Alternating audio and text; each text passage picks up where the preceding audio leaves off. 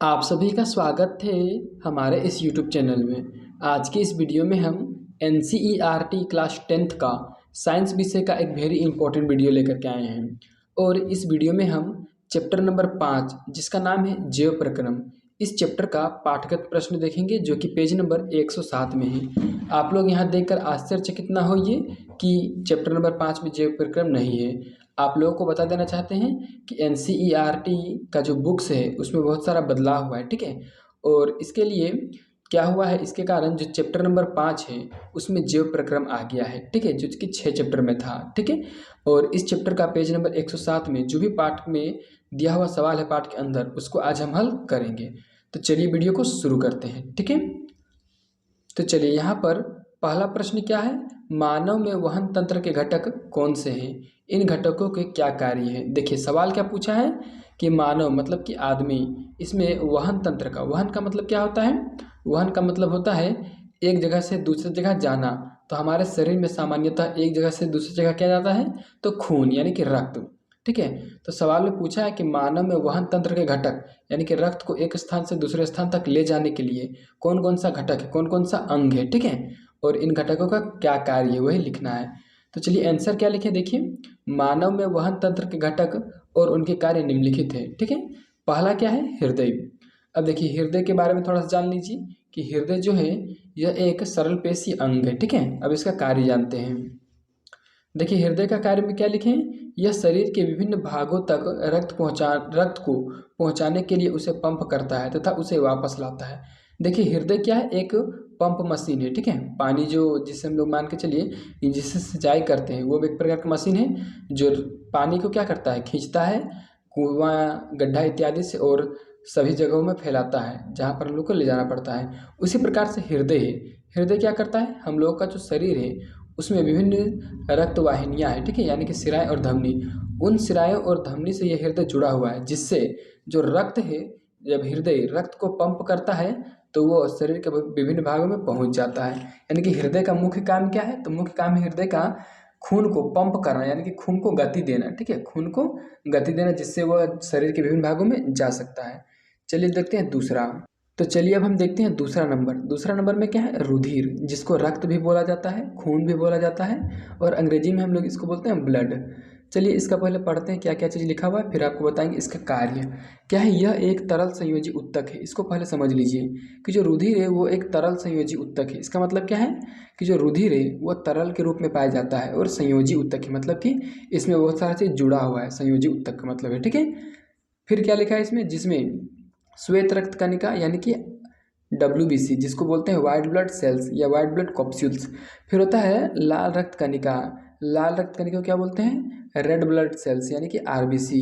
Platelets तथा plasma होता है। देखिए रुधिर में इतना सारा चीज़ होता है, ठीक है, RBC WBC प्लेटलेट्स और प्लाज्मा। फिर लिखा है यह ऑक्सीजन तथा कार्बन डाइऑक्साइड का परिवहन में सहायता करती है। देखिए ये जो खून है, खून खून में बहुत सारा चीज़ पाया जाता है, लाल रक्त कणिका, प्लाज्मा, श्वेत। अब यहाँ पर इतना सारा चीज़ पाया जा रहा है, लेकिन रुधिर में जो लाल रक्त कणिका पाया जा रहा है और प्लाज्मा, ये दोनों मिलकर ऑक्सीजन और कार्बन डाइऑक्साइड का परिवहन में सहायता करता है। देखिए लाल रक्त कणिका में हीमोग्लोबिन पाया जाता है। ये हीमोग्लोबिन क्या करता है, जितना भी ऑक्सीजन है उस ऑक्सीजन को उठाता है और शरीर का प्रत्येक भाग में पहुँचा देता है। फिर जब यह शोषण के बाद कार्बन डाइऑक्साइड में बदल जाता है तो प्लाज्मा क्या करता है, कार्बन डाइऑक्साइड के साथ घुल जाता है, ठीक है। कार्बन डाइऑक्साइड क्या होता है, प्लाज्मा में घुलने का गुण होता है इसके पास, ठीक है। प्लाज्मा पानी पानी होता है, तरल पदार्थ है। तो जो प्लाज्मा है वो कार्बन डाइऑक्साइड को अपने आप में घोल लेता है साथ, और घोलने के बाद यह वापस कहाँ ले आता है, तो वापस ये ले आता है हृदय तक, ठीक है। चलिए अब तीसरा नंबर देखते हैं, क्या लिखा है तीसरा में, सिरा, ठीक है, और चौथा में है धमनी। तो पहले सिरा का मतलब समझ लेते हैं। देखिए क्या लिखा है, यह रुधिर वाहिका है। रुधिर वाहिका क्या क्या मतलब होता है, यह रुधिर को ले जाने वाला एक नली है, ठीक है, जिसमें ऑक्सीजन युक्त रक्त हृदय से शरीर के सभी कोशिकाओं में पहुंचाई जाती है। देखिए सिरा क्या करता है, सिरा तो सबसे पहला एक प्रकार का नली है जिसमें खून जाता है, ठीक है। और इसका काम क्या है, तो सिरा क्या करता है, जितना भी ऑक्सीजन वाला खून है उसको शरीर का विभिन्न भागों में पहुंचाता है, ठीक है। चलिए देखते हैं धमनी के बारे में, ठीक है। धमनी में क्या लिखा है, यह भी एक रुधिर वाहिका है। देखिए जो धमनी है वो भी रुधिर वाहिका है, यानी कि खून को ले जाने वाला नली है, जो कार्बन डाइऑक्साइड युक्त रुधिर को यानी कि खून को कोशिकाओं से वापस हृदय तक लाती है। इस प्रकार से इसका आंसर कंप्लीट हो गया। चलिए अब देखते हैं दूसरा प्रश्न, जिसमें पूछा गया है कि स्तनधारी तथा पक्षियों में ऑक्सीजनित तथा विऑक्सीजनित रुधिर को अलग करना क्यों आवश्यक है। तो चलिए पहले क्वेश्चन को समझते हैं। देखिए, स्तनधारी का मतलब होता है जो जीव सीधे से बच्चे को जन्म देते हैं, अंडा नहीं देते हैं, सीधे से शिशु को जन्म देते हैं, उनको स्तनधारी बोला जाता है। जिनके पास खुद का स्तन होता है स्तनपान कराने के लिए, ठीक है। तो स्तनधारी जीव और पक्षियाँ, ठीक है, पक्षियाँ स्तनधारी नहीं है, लेकिन यहाँ पर नाम पक्षी का दिया गया है, ठीक है। तो बोला है स्तनधारी और पक्षी, इन दोनों जीवों में हम लोगों का जो शरीर है उसमें जो रुधिर है उस रुधिर को अलग करना जरूरी है। कौन कौन रुधिर को? तो ऑक्सीजन वाला रुधिर और ऑक्सीजन नहीं वाला रुधिर। इसको कहा गया है कि स्तनधारी तथा पक्षियों में ऑक्सीजनित यानी कि ऑक्सीजन वाला रुधिर तथा विऑक्सीजनित यानी कि ऑक्सीजन जिसमें नहीं है वैसा रुधिर को अलग करना क्यों आवश्यक है, ठीक है। तो चलिए इसका उत्तर समझते हैं। उत्तर में लिखा गया है कि स्तनधारी तथा पक्षियों में ऊर्जा की अत्यधिक आवश्यकता होती है। जो भी स्तनधारी जीव होते हैं और जो पक्षी होते हैं वो अपने दैनिक क्रियाकलाप भौतिक रूप से बहुत ज़्यादा करते हैं, ठीक है। यानी कि अपना इधर एक जगह से दूसरी जगह जाना या तो फिर गति करना और सारा चीज़, मतलब बहुत ज़्यादा क्रियाकलाप करते हैं फिजिकली, ठीक है, भौतिक रूप में। इसलिए इनको ज़्यादा ऊर्जा की आवश्यकता होती है, ठीक है। इसलिए इनमें ऑक्सीजनित तथा विऑक्सीजनित रुधिर को अलग करना आवश्यक है, क्योंकि उनको ऊर्जा ऑक्सीजनित वायु के द्वारा मिलती है। देखिए, अब ऑक्सीजनित वायु और विऑक्सीजनित वायु दोनों, यानी कि ऑक्सीजनित रुधिर, सॉरी ऑक्सीजनित वायु नहीं, ऑक्सीजनित रुधिर और ऑक्सीजन विऑक्सीजनित रुधिर एक साथ मिल जाकर उनको ऊर्जा नहीं मिल पाएगा, क्योंकि ऊर्जा जो मिलता है वो ऑक्सीजनित रुधिर से मिलता है, ठीक है। इसलिए ऑक्सीजनित रुधिर को और विऑक्सीजनित रुधिर को अलग करना बहुत ही जरूरी है। तो आई होप आपको समझ में आ गया होगा। चलिए अब देखते हैं तीसरा प्रश्न। तो अब देखते हैं, चलिए 3 नंबर का प्रश्न। देखिए 3 नंबर का प्रश्न में क्या पूछा गया है कि उच्च संगठित पादप में वहन तंत्र के घटक क्या है, ठीक है। पूछा गया है कि जो उच्च संगठित पादप होते हैं यानी कि विकसित पादप होते हैं उनमें वहन तंत्र का घटक क्या है। यानी कि वहन मतलब पदार्थों को एक स्थान से दूसरे स्थान ले जाने के लिए कौन कौन सा घटक है, कौन कौन सा अंग है, ठीक है। तो चलिए इसका उत्तर देखते हैं। उत्तर क्या है? उच्च संगठित पादप में वहन तंत्र के घटक जाइलम और फ्लोएम है। देखिए, जो विकसित पादप होते हैं यानी कि उच्च संगठित होते हैं उनमें वहन तंत्र का 2 घटक है, जाइलम और फ्लोएम। चलिए अब जाइलम और फ्लोएम के बारे में देख लेते हैं, थोड़ा सा इंपॉर्टेंट पॉइंट। चलिए, जाइलम एक पादप उत्तक है जो जड़ के सहायता से भूमि से जल तथा खनिज लवण को पादप के सभी भागों में पहुंचाती है, ठीक है। जबकि फ्लोएम पत्तों में बनने वाले भोजन को पादप के सभी भागों में पहुंचाती है। देखिए, जाइलम क्या करता है?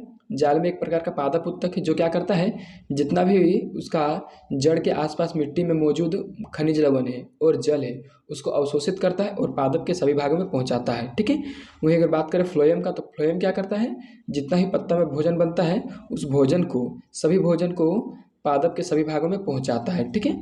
तो चलिए अब चौथा प्रश्न देखते हैं। तो चलिए हम चौथा क्वेश्चन देखते हैं। चौथा क्वेश्चन में क्या पूछा है, पादप में जल और खनिज लवण का वहन कैसे होता है, ठीक है। यानी कि जो भी पेड़ पौधा है उसमें जल का और खनिज लवण का एक स्थान से दूसरे स्थान कैसे संभव होता है जाना। तो चलिए इसका उत्तर देखते हैं। पादप में जल और खनिज लवण का वहन जाइलम उत्तक के द्वारा होता है, ठीक है। अब ये जाइलम उत्तक काम कैसे करता है उसका डिटेल समझते हैं। देखिए नीचे क्या लिखे हैं, जाइलम एक पादप उत्तक है जो जड़ के सहायता से भूमि से जल तथा खनिज लवण को पादप के सभी भागों में पहुंचाती है। आपको इतना ही लिखना है, और अगर आप और लिखना चाहते हैं तो आप पहले समझिए इस चीज़ को कैसे होता पाता है, ठीक है। देखिए, पादप का जो जड़ होता है उस जड़ में जाइलम उत्तक पाया जाता है। ये जाइलम उत्तक क्या करता है, जड़ के आसपास में मिट्टी में, आसपास की मिट्टी में जो भी खनिज लवण और जल उपस्थित है उस जल को और खनिज लवण को अवशोषित करता है और अवशोषित करने के बाद पादप के शरीर के सभी भागों में पहुंचा देता है। इस प्रकार से पादप में जल और खनिज लवण का वहन आसानी से हो जाता है। इस क्वेश्चन का आंसर आई होप आप समझ गए होंगे। चलिए अब 5वां क्वेश्चन को देखते हैं। तो चलिए अब हम 5वां क्वेश्चन देखते हैं। 5वां में क्या पूछा है, पादप में भोजन का स्थानांतरण कैसे होता है। यानी कि पादप पेड़ पौधा में भोजन एक स्थान से दूसरे स्थान कैसे जाता है, ठीक है। तो चलिए इसका उत्तर देखते हैं। पादप में भोजन का स्थानांतरण फ्लोएम उत्तक के द्वारा होता है। पत्तियों में बनने वाले भोजन को पेड़ पौधों के सभी भागों में पहुंचाती है। देखिए, पादप मतलब पेड़ पौधा, तो पेड़ पौधा में भोजन का स्थानांतरण किसके द्वारा होता है, फ्लोएम उत्तक के द्वारा, ठीक है। ये फ्लोएम उत्तक क्या करती है, जितना भी भोजन पत्तियों में बनता है उस भोजन को पादप के सभी भागों में पहुंचाती है, सभी कोशिकाओं में पहुंचाती है। तो इस प्रकार से इसका आंसर कंप्लीट हुआ आसान तरीका से। अगर आपको वीडियो अच्छा लगा है तो वीडियो को लाइक और चैनल को सब्सक्राइब कर दीजिए। आप लोगों के लिए और एक इम्पॉर्टेंट न्यूज कि इस यूट्यूब चैनल में 2024 के परीक्षा के लिए सभी विषयों का सही और अच्छे तरीके से तैयारी करवाया जाएगा, जिससे आप लोग पिछले बार की तरह अच्छा मार्क्स ला सकें। तो चलिए इस वीडियो को यहीं समाप्त करते हैं।